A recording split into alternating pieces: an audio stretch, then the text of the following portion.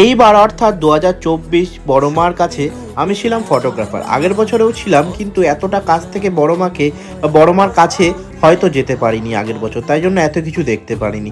এবারে যেন অন্যরকমই বড় মা আমাকে চেয়েছিল আমি ওনার কাছে থাকি, তাই জন্যই এত কাছ থেকে সন্ধ্যা আরতি থেকে শুরু করে মানুষের এত কান্নাকাটি, এত মাকে এত ভালোবাসা, মায়ের প্রতি মায়ের ভর থেকে শুরু করে মায়েরই এত সুন্দর রূপ থেকে শুরু করে নিরঞ্জন থেকে শুরু করে সব কিছুই আমি সাক্ষী থাকতে পেরেছি এই বছরে। বড় মা বছরে এই 5টা দিন আমাদের নৈহাটির বুকে থাকে, আর এই 5টা দিন আমি মায়ের কাছে থাকতে পেরে সত্যি নিজেকে ধন্য বলে মনে করছি। মা এই কটা দিন যেন নৈহাটির বুকে এক আলো হয়ে থাকে, আর মা তাই যখন সেজে উঠছিল আর মায়ের ঘর যখন নিয়ে যাওয়া ছিল, বুকটা যেন কেঁপে উঠছিল যে আবার অপেক্ষায় থাকতে হবে একটা বছর গোটা। মায়ের কাছে একটাই প্রার্থনা করি, যেন সবাইকে ভালো রাখে মা, আর মা আমি যেন তোমার কাছে প্রত্যেক বছর এরম কাছাকাছি থাকতে পারি।